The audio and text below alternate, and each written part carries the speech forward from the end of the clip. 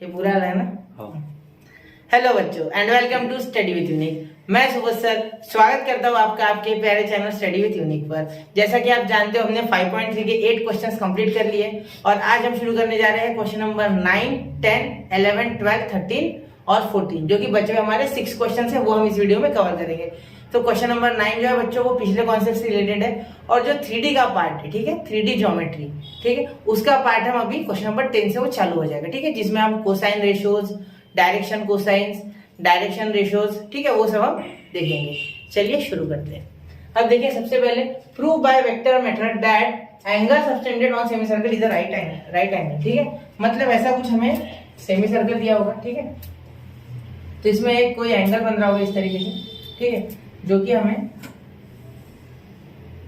यहाँ 90 डिग्री है, ये प्रूफ करना है, ठीक है। तो सबसे पहले मैं यहाँ एक सेंटर लेते हैं, इसमें कुछ सेंटर यहाँ ले लेते O, यहाँ से ये ले लेते R इस डायरेक्शन में, ठीक है, R इस वाले डायरेक्शन में, ये इस डायरेक्शन में, ये इस डायरेक्शन में, इसे ले लेते -R, इसे ले लेते R, क्योंकि एक अगर R है तो दूसरा -R, क्योंकि ये सेम टू सेम होता है रेडियस। और एक चीज याद रखना, यहाँ R लिया ना मैंने, तो यहाँ R की जगह आप A भी ले सकते हैं, क्योंकि ये थोड़ा अलग है, ये मतलब मैग्नीट्यूड में सेम है लेकिन A ले लेते, वरना वो बहुत ही आसान हो जाए, ठीक है। अपेक्षा उनकी एक ही होगी आपसे, ठीक है, क्लियर। अब चलो सॉल्व करते हैं, ठीक है, यहाँ नाम दे दूं मैं कुछ, जरूरत तो नहीं है वैसे, चलो ठीक है, डायरेक्ट सॉल्व करते हैं। अब देखो बाय वेक्टर मेथड में प्रूफ क्या करना है कि semi circle is the right angle, मतलब ये हमें प्रूफ ये करना है, नाम ही दे ही देते ABC, AB into BC is equal to 0, ये हमें प्रूफ करना है एक्चुअली, ठीक है। चलो देखते हैं, तो यहाँ टू प्रूफ लिख लेते हैं, to proof AB dot BC is equal to 0, ये हमें प्रूफ करना है, ठीक है। सबसे पहले क्या करते हैं, AB निकाल लेते, BC निकाल लेते, ट्रायंगल से बनेंगे, वैसा कोई रास्ता नहीं, ठीक है। तो इन ट्रायंगल AOB तो क्या हो जाएगा, देखो AB ये कुछ इस तरीके से ले लेते, ये कुछ इस तरीके से ले लेते, ठीक है। तो AB is equal to AO plus AB ले लेते, OA। तो हम AB भी डायरेक्टली बोल सकते, लेकिन फिर भी आप ट्रायंगल लो अच्छे से लगाओ, ये और ये ऐड कर लेते, OA plus AB, OA plus AB कैसे भी लगाओ सेम ही आएगा, ठीक है। और ये हो जाएगा आपका OB रिजल्टेंट, ये अपोजिट है ना, देखो ये सेम डायरेक्शन में और ये अपोजिट है इसलिए, ठीक है। अब यहाँ हो गया आपका OB। अब अगला इन ट्रायंगल कौन दे दो, OB हो गया इन ट्रायंगल BOC,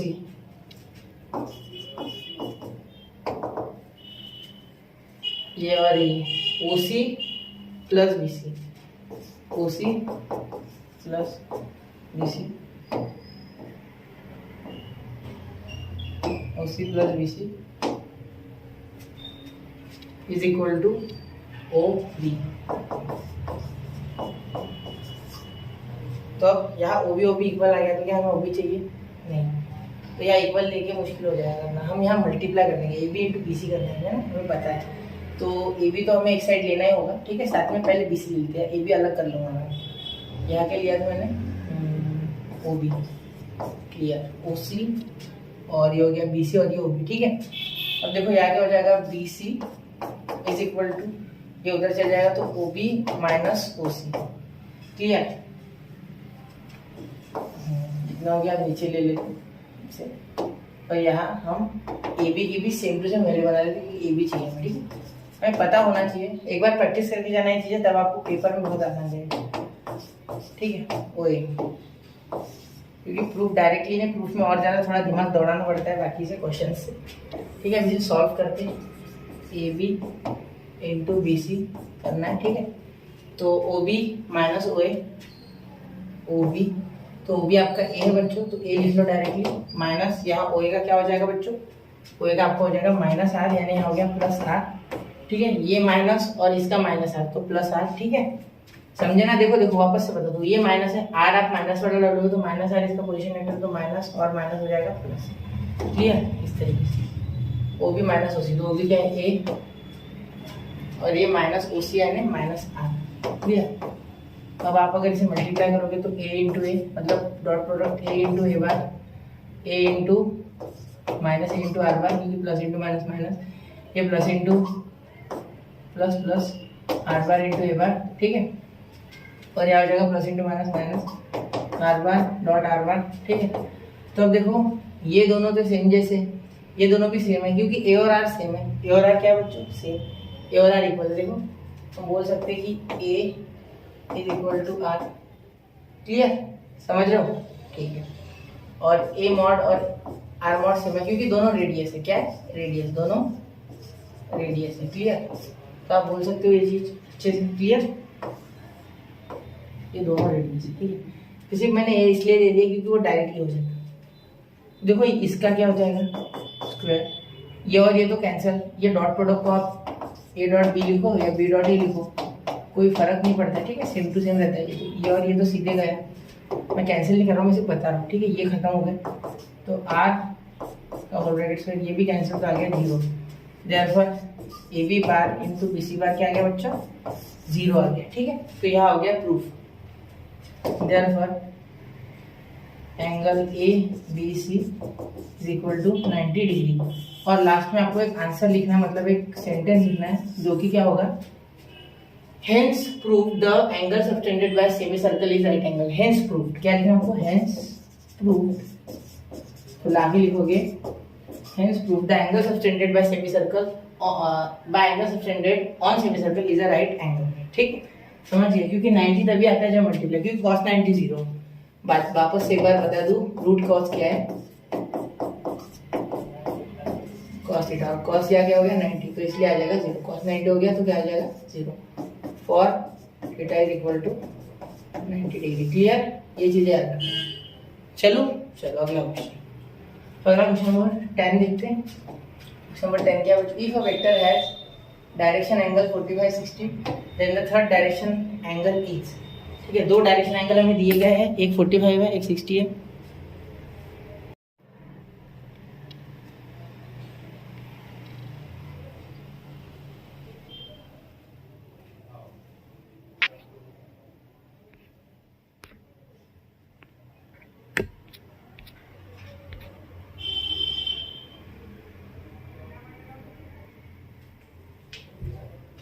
तो अब देखते हैं बच्चों question number 10। If a vector has direction angle 45 and 60 find the third direction angle.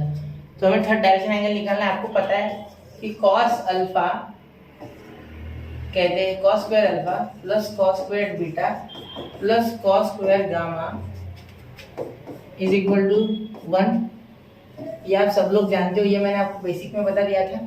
ये अल्फा बीटा गामा एक बार कर देते हैं रिवाइज, तो ये हो गया, ये हो गया, ये हो गया, ये हो गया z, ये ले लो y, ये ले लो x। तो अगर ये कैसा एक वेक्टर है, इससे जा रहा है, ठीक है, सपोज नाम दे देते a, तो इसका अगर इस तरीके से नीचे ले लेंगे, प्रोजेक्शन फ्री वेक्टर है, नीचे हिला सकते हैं, ठीक है, तो कोई टेंशन नहीं। यहाँ हो जाएगा आपका अल्फा x के साथ, y के साथ जो एंगल बनाएगा ये हो जाएगा आपका बीटा, और जो z के साथ बनाएगा ये एंगल, ठीक है, ये हो गया आपका गामा। कुछ ऐसा आप बोल सकते हैं, ठीक है।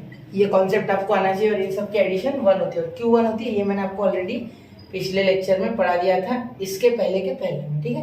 5.3 का बेसिक्स क्लियर, बहुत अच्छा बेसिक्स है, बहुत इंपॉर्टेंट है ये बेसिक सीख लेना 5.3 का, तो ये कुछ नहीं लगेगा, हलवा लगेगी चीजें, ठीक है। तो एक अल्फा 45 ले लेते, बीटा ले लेते 60, तो अल्फा ले लेंगे 45 और बीटा ले लेते 60, क्योंकि पहले दिए होंगे, ठीक है। तो cos square 45 plus cos square 60 plus cos square gamma is equal to 1। Gamma बोला उसको, ठीक है, कोई टेंशन नहीं। तो ये 1/√2 का स्क्वायर, ठीक है, ये हो गया √3 बाय, नहीं सॉरी 1/2 का स्क्वायर, ये √3/2 30 पे होता है भाई, सर इतनी बड़ी गलती, सुधार ली बेटा।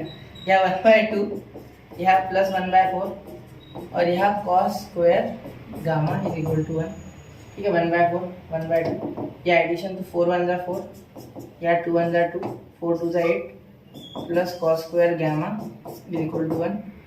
बाकी देखो यहाँ सॉल्व कर देते हैं, बाकी बच्चों बहुत छोटा क्वेश्चन है। अब यहाँ 6 या 2, तो यहाँ मैं डायरेक्टली लिख सकता, ये स्टेप के साथ थोड़ा सा समझ लेना। cos square gamma is equal to 1 minus यह आपका हो जाएगा 3/4। क्यों आया 3/4? यहाँ 6 आएगा, यहाँ 8 आएगा, तो 2 से कटेगा तो 6 3 पे और ये 4 पे, ठीक है।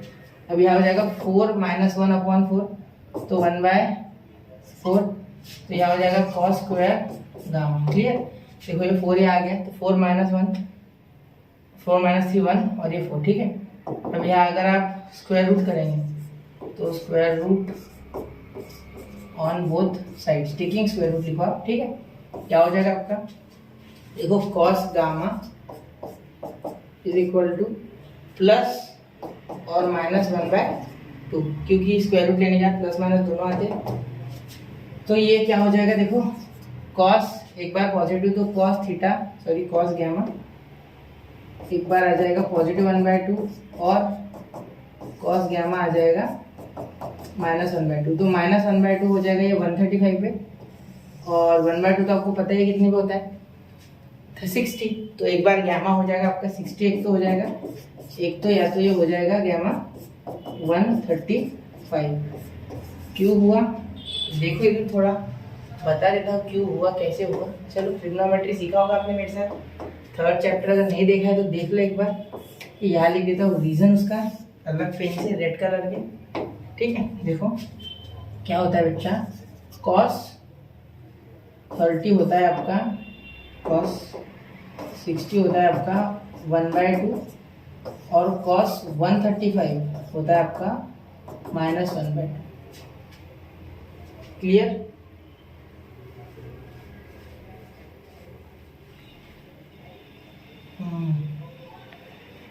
सिक्सटी 90 + 60 है।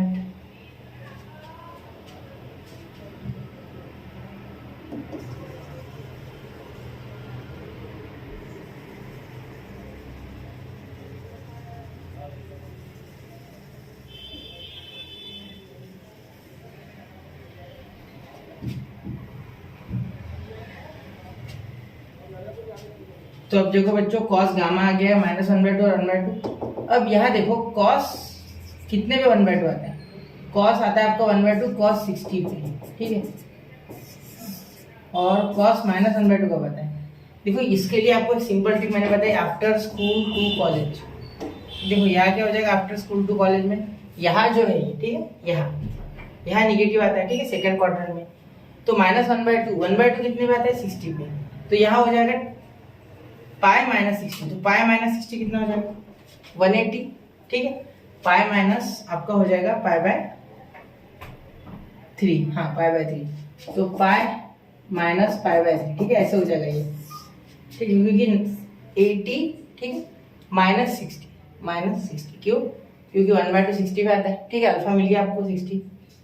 क्लियर, तो ये आंसर कितना आ गया 2π/3।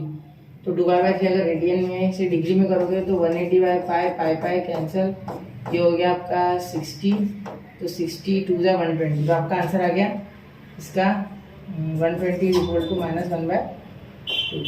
-1/2। क्लियर, देखो आप इस तरीके से भी करके देख सकते हैं, एक और रास्ता होता है। वैसे इसमें कोई इतना बताने की जरूरत नहीं है, 90 + 30, ठीक है, तो 90 + 30 को cos 90 पूरा 0, उधर बचा sin 30 आता है 1/2, बीच में आता है माइनस और sin 90 1, ठीक है। तो इस तरीके से आप cos a+ भी करके भी कर सकते हो, तो सेम आंसर आएगा। तो आपकी वैल्यू एक तो 1/2 है या -1/2 है, दो वैल्यूज आएगी आपकी, ठीक है।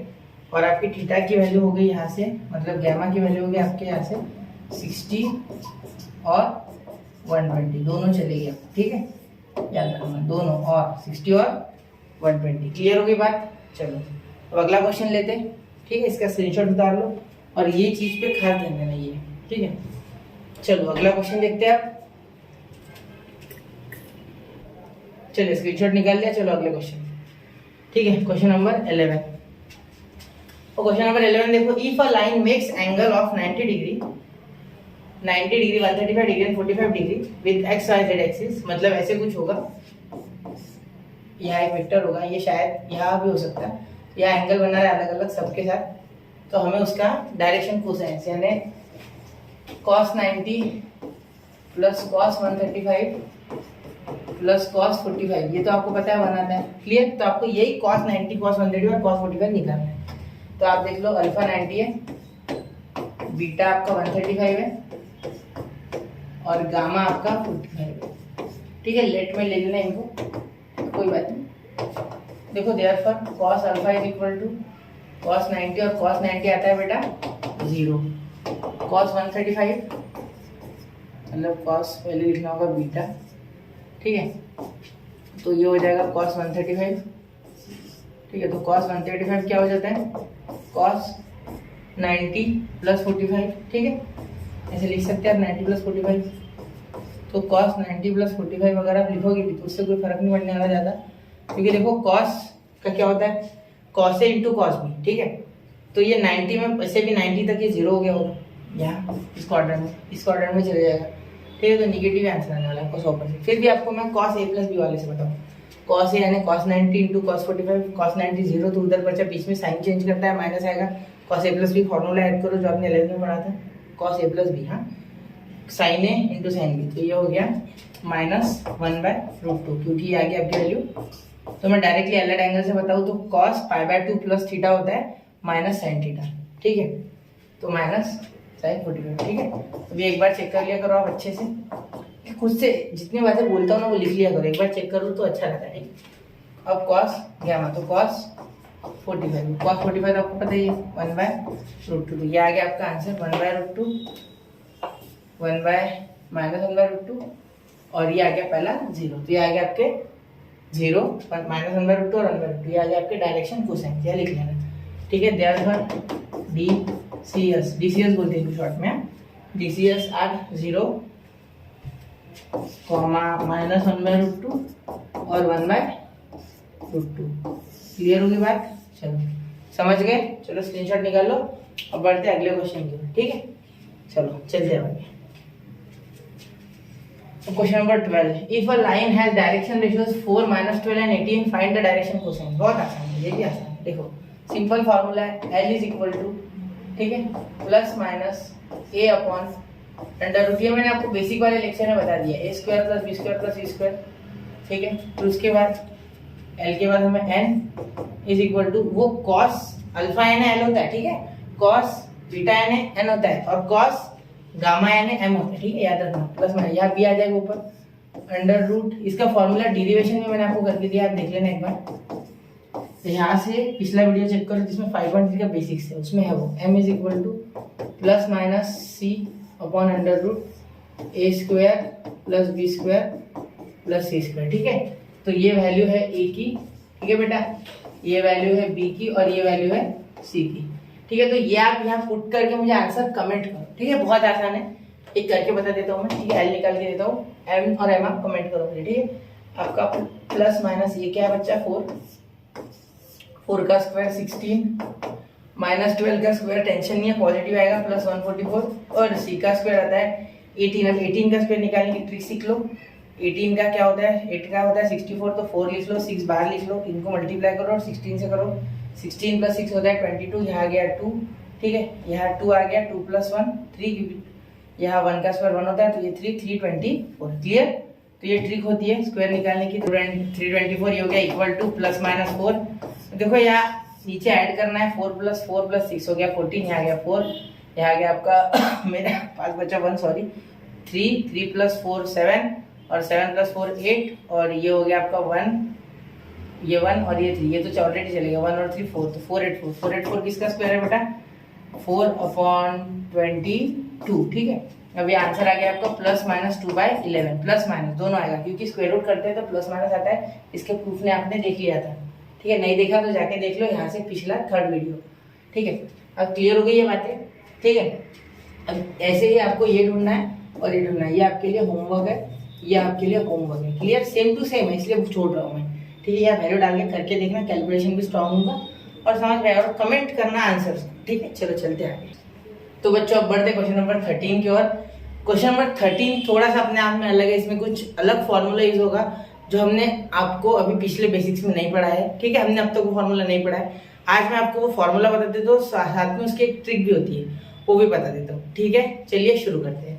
सबसे पहले देखिए, the direction ratios of A B are -2 to 1 if A is equal to 4,1,5 and length of A B is 6 units, find B. मतलब हमें बी के कोऑर्डिनेट्स निकालने, सीधी सी बात पूछिए कि बी के कोऑर्डिनेट्स निकालो, ठीक है। तो अब यहाँ क्या यूज करेंगे, जो हमारी हमेशा की अप्रोच होती है, सबसे पहले क्या निकालते हैं हम, डायरेक्शन कोसाइंस। तो डायरेक्शन कोसाइंस निकालेंगे यहाँ, क्योंकि देखो क्या हुआ है, हमें यहाँ डायरेक्शन रेशियोज दिए गए हैं -2 2 1, ठीक है। डी आर एस क्या दिए गए हैं, डी आर एस, ठीक है। यहाँ डी आर एस क्या है, ए 2 है, ठीक है, बी 2 है और सी 1 है, ठीक है, ये -2 है। क्लियर, ये हमें दिया गया है। अब क्या है पता है क्या, एक लाइन, कुछ ऐसी लाइन होगी, ठीक, अच्छे से निकाल लेते। देखो ये और इस तरीके से कुछ, ठीक है। इसमें ये ए बी 6 यूनिट की कुछ ऐसी होगी। तो हमें ए के पॉइंट दिए गए, हमें बी के निकालने, ए के दिए हुए बी के निकालने, इसको ए बी समझ। ये तो आपको पता ही है, ये क्या हो जाएगा बच्चों, ये हो जाएगा एक्स, ये हो जाएगा वाई और ये लेते हैं हम जेड, ठीक है, जैसा कि हम हमेशा से लेते आ रहे हैं, ठीक है। अब आगे देखो, आपको मैं फॉर्मूला बताता हूँ, ठीक है, क्या होता है। हमें अगर इसे मैं बोल दूं x1 y1 और z1, ठीक है, तो b का क्या हो जाएगा, देखो b का आपके पॉइंट्स हो जाएगा x2 y2 और z2 z2 z बोल रहा हूँ मैं, जिससे कि आपको आसानी हो, x और z थोड़ा सा कंफ्यूज कर सकता है वो, ठीक है। तो x2 y2 और z2। अब यहाँ देखना, x2 निकालने के लिए आप क्या करोगे, x1 plus l into D, direction cosine l cos alpha, ठीक है। अब y2 के लिए हम करेंगे y1 plus m into D, ठीक है, डायरेक्शन रेशो y वाला m और उसके साथ d जो कि डिस्टेंस है, ठीक है। ये होता है हमारा cos बीटा, याद है, cos बीटा डायरेक्शन कोसाइन। अब देखो यहाँ z2 हो जाएगा हमारा z1 प्लस एन डी, ठीक है। n क्या होता है, सब याद आ गया, चलो। तो cos गामा होता है, cos गैमा गामा आप जो भी बोलो, ठीक है। अब a b और c ऐसे हमें डायरेक्शन रेशियोज दिए गए हैं, ठीक है। अब हम निकालेंगे सबसे पहले डायरेक्शन कोसाइंस, क्योंकि फॉर्मूला में हमें डायरेक्शन कोसाइंस चाहिए। देख लो, एक बार मार्किंग कर दूं मैं, देखो ये और ये डायरेक्शन कोसाइंस चाहिए, ठीक है। तो हम डायरेक्शन रेशियोज से क्या डायरेक्शन कोसाइन निकाल सकते हैं। आप बोलोगे हाँ सर क्यों नहीं, बिल्कुल फॉर्मूला लगाइए और आंसर निकालिए। चलिए देखते हैं। तो L is equal to a under root A square plus B square plus C square, clear. और यहाँ m is equal to b upon under root A square plus B square plus C square, और n का क्या हो जाता है, c upon under root A square plus B square plus C square, ठीक है। अब आप बोलोगे सर आप पहले ऐसे प्लस माइनस लेते थे, अभी प्लस माइनस क्यों नहीं लिया। इसके पीछे का सबसे बड़ा कारण है बेटा, देखो इसके पीछे का सबसे बड़ा कारण ये है कि इस बार मुझे पता है कि किस साइड में पॉइंट्स है। जैसे कि मैंने अभी यहाँ बनाया था इस तरीके से, ये लाइन इधर है, ठीक है, ये ए और ये बी, तो मुझे पता है ये किस साइड, इसलिए मुझे प्लस माइनस लेने की आवश्यकता नहीं है। ये याद रखना, आप इतने ट्रिक याद रखो बस, ठीक है। और बहुत डिटेल में इसका सारा नॉलेज, लेकिन वो आपको जरूरी नहीं है, ठीक है। मैं आपको इतना बता रहा हूँ कि याद रखना, यहाँ नहीं लेना। इस तरीके से जब भी क्वेश्चन है इसमें इन्हें प्लस माइनस लेना हो, डायरेक्टली कर देना, ठीक है। चलो रबर से मिटा देते, जल्दी हो जाएगा, समय बर्बाद हो रहा है फालतू। चलो ठीक है, वैसे ही लंबा हो गया वीडियो, आपको लग रहा होगा, लेकिन लेंगे सॉल्यूशन से, लेकिन इजी है समझने में, याद रखना। अब मैं ए का निकालूं तो क्या हो जाएगा, ए है बेटा -2 अपॉन अंडर रूट, ये -2 का स्क्वायर प्लस 2 का स्क्वायर प्लस 1 का स्क्वायर, तो क्या हो जाएगा ये -2/3, क्योंकि इनका 9 हो जाएगा। 4 + 4 + 1 9। देखो बी ऊपर लिख लो सिर्फ 2/3, बस ये नीचे का तो सेम ही आंसर आएगा ना, ऊपर 2 है, ठीक है। इसी तरीके से इसमें सी क्या हो जाएगा 1 और यहाँ हो जाएगा अपना 3 वापस से वैसा का वैसा। तो हमारे डायरेक्शन जो कोसाइंस है, cos अल्फा, cos बीटा और cos गामा, ये आ चुके, ठीक है। अब इन्हें ऐसे साइड में कर लेते, ठीक है। अब देखो अब क्या करना है हमें, अब हमें सॉल्व करना है इस फॉर्मूले के सहारे, ठीक है। यहाँ फॉर्मूला में प्लस माइनस दोनों आते हैं बेटा, ठीक है। यहाँ ले लो प्लस माइनस, ठीक है। आप यहाँ क्यों प्लस माइनस ले रहे हो सर, तो देखो यार दो प्रोबेबिलिटीज होती है पॉइंट्स की, ठीक है। x1 x2 y2 और z2 दो प्रोबेबिलिटी के सहारे आएंगे, ठीक है। इसमें डेरिवेशन अगर इस फॉर्मूला का आप देखोगे, चेकआउट करोगे, ये शायद से आपको लाइन्स एंड प्लेन्स में है अगले चैप्टर में, तो तब आप प्लस माइनस क्यों है वो सीखेंगे हम, ठीक है। अभी फिलहाल इसको इस्तेमाल करना सीखो। x2 = x1 + ld, ठीक है। y2 = y2 + nd और सॉरी md, और z2 = z1 + nd, ये आपका फॉर्मूला हो गया। d यानी डिस्टेंस जो कि गिवन है, ये 6, ठीक है, ab का। तो चलिए शुरू करते। सबसे पहले हम निकालते x2 इसके सहारे, ये हमारा। अब पहले प्लस के लिए निकालते फिर माइनस के लिए। तो मैं ऐसा बोलूँ क्या, the required points of B are x2 y2 z2, ठीक है। अब x1 का पहले फॉर्मूला लिख लूं मैं, ठीक है, सॉरी x1 बोल रहा हूँ, x2 is equal to x1 plus LD, ठीक है, प्लस माइनस LD। अब यहाँ अगर मैं निकालना चाहूँ पॉइंट्स, पहले फॉर्मूला लिख लेते, ठीक है, वहां नहीं, हमें एग्जाम में ऐसे लिखना है ना, तो y1 प्लस MD और यहाँ Z2 is equal to Z1 plus ND, ठीक है, चलो Z क्लियर। अब देखो, अब यहाँ पहले प्लस लेते फिर माइनस लेते, ठीक है, इस साइड प्लस ले लेते, पहले पॉजिटिव में निकालता हूँ, x2 is equal to x1 क्या है आपका, देखो यहाँ डायरेक्ट लिख लो क्योंकि फॉर्मूला ऑलरेडी लिख लिए। x1 है आपका -2, नहीं 4, ये हमारे x1 है 4 1 2, तो यहाँ लिख ले हम कहीं साइड में, चलो यहाँ लिख लेते हैं। ए के पॉइंट्स क्या है बच्चा, x1 y1 और z1, और पॉइंट्स क्या दिए गए हैं 4 1 5, ठीक है, ये समझना है आपको एक एक चीज। अब यहाँ x1 की जगह 4 डाल देंगे, 4 प्लस L कितना है हमारा -2/3 और D कितना है 6, तो ये इससे दो बार कैंसिल, 2 2 4 4 4 आ गया 0, ठीक है। अब y2 स्पीड से क्या किया मैंने, देखो कुछ नहीं, L इंटू D था ना, मैंने -2/3 लिया, यहाँ 6 था, 3 2 6 काट दिया, ये 2 2 इंटू 2 हो गया 4 और ये 4 -4 0, clear.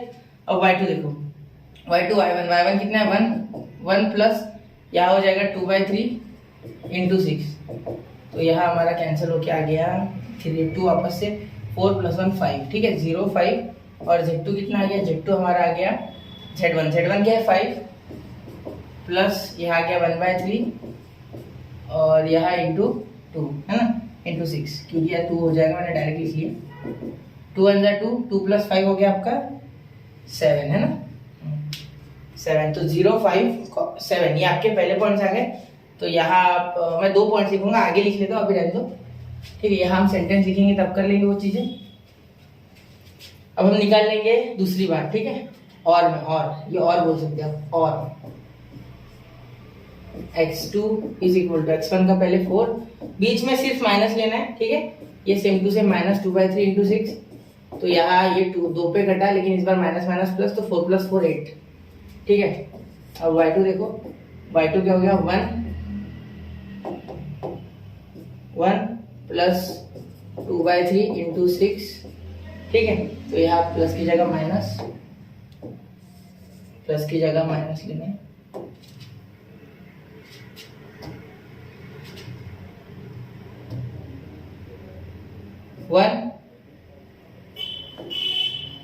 y2 is equal to 1, ठीक है, -2/3 इंटू 6, तो ये 2 पे कट गया, 2 2 4 और 1 - 4 होता है -3, क्लियर, समझ गया। अब ये देखो Z2 यहाँ क्या आ जाएगा 5 - 1/3 इंटू 6, तो ये 2 पे कैंसिल, तो ये भी आ गया 5 - 2 3, तो यहाँ एक पॉइंट आ गया 8, -3, और एक आ गया 0, 5, 7, ठीक है, तो देयरफॉर ये सही कर लिया ना मैंने, एक बार देखते, 4 - 2/3 ये 2 6 पे कटा, ये 1/3 ये भी कट गया, ठीक है, बिल्कुल 2 2 2 4 1 5 ये 2 2 4, एक बार चेक कर लिया करो पूरा कैलकुलेशन, कुछ भी गलत हो गया ना तो फिर पूरा क्वेश्चन आपको बर्बाद हो जाएगा, ठीक है,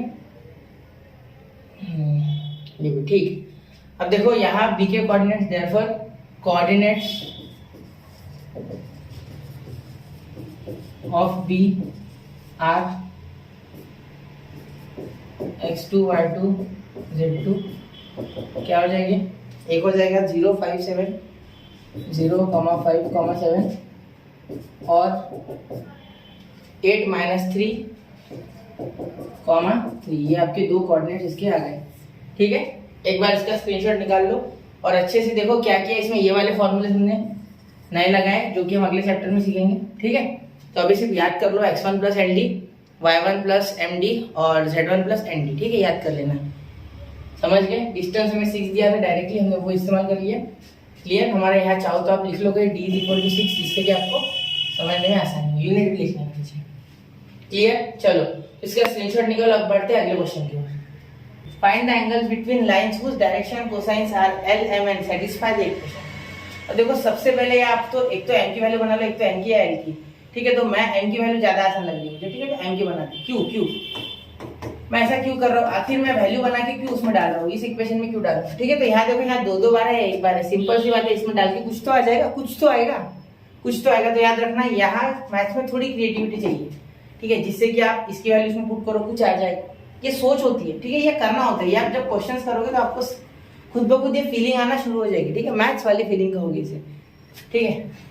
अभी आई में है, यही रह गया, ये 3n उधर चले गया तो -3n, और ये हो गया तो -5n। तो ये -3n -5n, ये वैल्यू हमें पुट करनी है इसमें। तो इसमें देखते हैं 5mn -2nl + 6lm = 0। तो अब m की वैल्यू पुट करते तो क्या हो जाएगा, 5 -3n -5l into n -2n l, वैसे का वैसा, प्लस 6l। m की वैल्यू क्या है बच्चों, -3n -5l और = 0। देखो m की जगह जहाँ जा रहा है वहाँ में मैंने वो डाल दिया, ठीक है? इसे मल्टीप्लाई करो तो 5n से मल्टीप्लाई करो तो ये हो गया 15 और n इंटू n n², ये -5 3 15, ये माइनस, ये n इंटू n n², ये भी मल्टीप्लाई करो, मतलब 5 और n को कंबाइन करके मल्टीप्लाई करो। डबल डबल करना पड़ेगा वरना पहले 5 से फिर n से, इसलिए 5 इंटू 5 25, तो ये l इंटू n ln, ठीक है? -2, अब इसको भी ln लिख लो, कुछ अच्छा लगेगा ना, सेम टू सेम लिखेगा, इसलिए nl है ना, वैसे ln लिख लो, कोई फर्क नहीं पड़ता। a b लिखो या b लिखो, आंसर तो सेम ही है। 2 3 6 3 2 6, ठीक है? अब ये देखो प्लस इंटू माइनस माइनस, 6 3 18, ये l n, ठीक है? अब ये देखो यहाँ भी प्लस इंटू माइनस माइनस, 6 5 30, ये भी हो गया आपका l² = 0। क्लियर? अब देखो l इंटू l² 6 5 30, 6 3 18, ठीक है? ln क्लियर हो गया। अब देखो यहाँ क्या करेंगे हम, या तो हम l से डिवाइड कर लेंगे या n से। तो मैं क्या करता हूँ, n² से डिवाइड कर लेता हूँ, इससे n² से, ठीक है? ये पूरे माइनस होगा, एक बार चेक कर लो, मैं इसमें गलतियां होने के बहुत चांसेस होते हैं, प्लस माइनस, सही है? यहाँ माइनस था, यहाँ माइनस लिया मैंने, यहाँ भी माइनस, ठीक है? कोई बात नहीं, कोई गलती नहीं। तो आगे देखो, यहाँ क्या करना है सबको, ये l से स्क्वायर कर दो n से, ठीक है?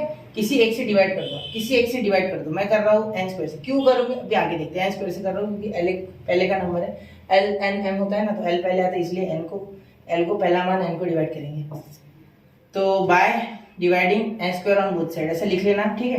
तो यहाँ हो जाएगा देखो -15 n² अपॉन n², ठीक है? -25 ln अपॉन n², ठीक है?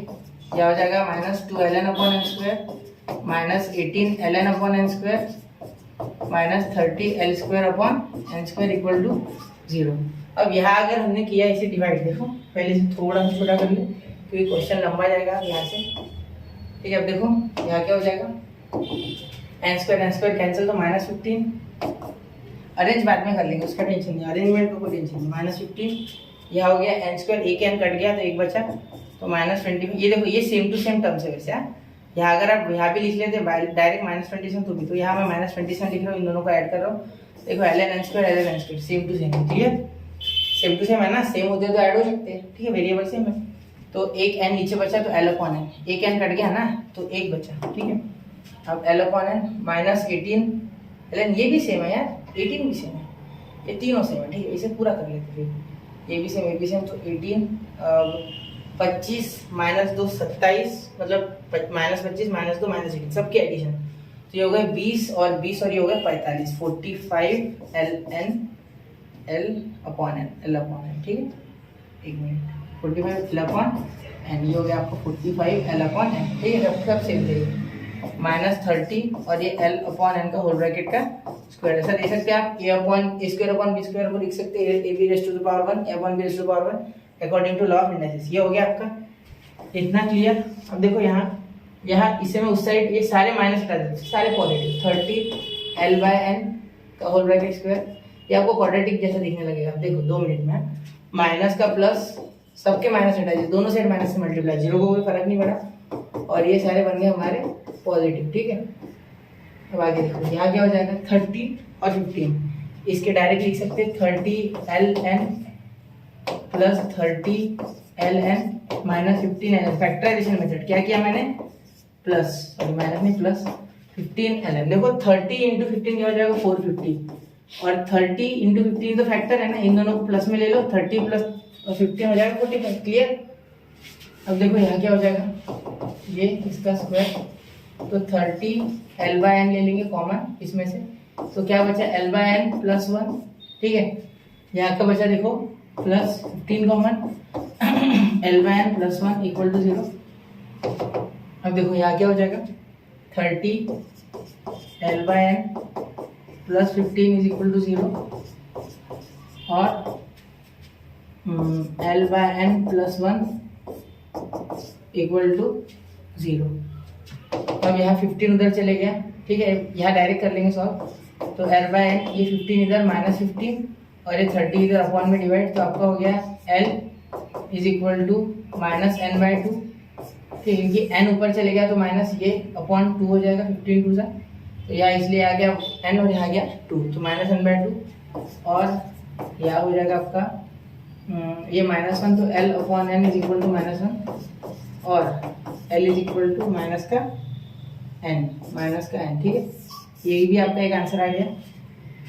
ठीक है, यहाँ दो आंसर आ जाएंगे, क्योंकि देखो यहाँ एक बार ये n की वैल्यू ऐसे आ गई, एक बार ऐसे आ गई इनके साथ। ठीक है, अब रिलेशन है ये, इनका अलग अलग आ सकता है, कोई बात नहीं, उसमें कोई टेंशन नहीं। ठीक है, अब पहले इसके लिए सॉल्व करते फिर इसके लिए करते। ठीक है, तो अब एक काम करते हैं,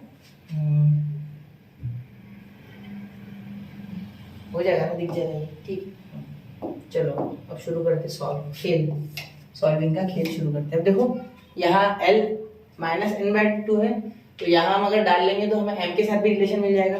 ठीक है, तो यहाँ बीच में एक रेखा खींच लेते हैं। ठीक है, जिससे कि यहाँ l हम इसमें डाल देंगे तो m की वैल्यू क्या आ जाएगी, देखो m इज इक्वल टू -3 और n -5 इंटू -n/2। ठीक है, तो यहाँ क्या हो जाएगा, देखो m इज इक्वल टू ये माइनस माइनस प्लस, तो -3n प्लस 5n अपॉन 2, तो ये आपका आंसर क्या आ जाएगा m का, देखो यहाँ 6 हो जाएगा। ठीक है, तो ये 6n प्लस 5n हो जाएगा -n अपॉन 2। क्लियर। देखो यहाँ क्या हो गया, देखो 3 2 ज़ा 6 या नीचे 2 आ जाएगा पूरे। ठीक है, तो यहाँ आपका हो गया ये -6n प्लस 5n हो गया -n1 अपॉन 2, तो m is equal to -n/2। Same to same relation, मतलब m और l इक्वल है, सीधी सी बात है, m और l इक्वल है। ठीक है, यहाँ से हम कंक्लूड कर सकते हैं कि इसके लिए m is equal to l, इस वैल्यू के लिए m is equal to l, अब उस वैल्यू के लिए देखते आते हैं। ठीक है, अब देखो यहाँ m is equal to -3n -5l -5 into l का वैल्यू क्या है -n, यहाँ हो जाएगा आपका m is equal to -3n और ये कैंसिल आउट हो गया, तो यहाँ plus 5n, minus minus plus 5n, तो m इज इक्वल टू यहाँ हो गया आपका 2n, तो ये यहाँ वैल्यू अलग आ गई, यहाँ m is equal to 2n। ठीक है, तो यहाँ l के साथ अगर रिलेशन देना चाहो आप तो 2 से मल्टीप्लाई, मतलब 2 -12 हो जाएगा, m इज इक्वल टू -12 हो जाएगा यहाँ।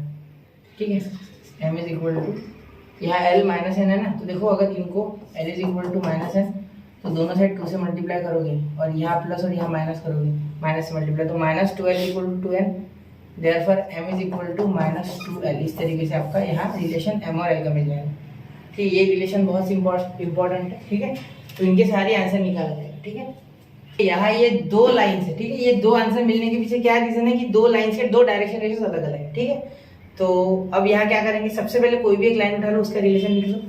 तो मैंने l के इक्वल m भी कर दिया है और l के इक्वल -n/2 भी कर दिया है। देखो l is equal to m is equal to n upon -2, तो इसके नीचे कुछ नहीं आने वाला, इसके नीचे कुछ नहीं आने वाला।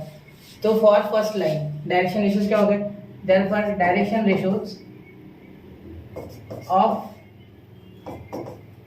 फर्स्ट लाइन, 2 लाइन इंटरसेक्ट हो रहा है ना, first line are 1 1 and -2, therefore a is equal to 1।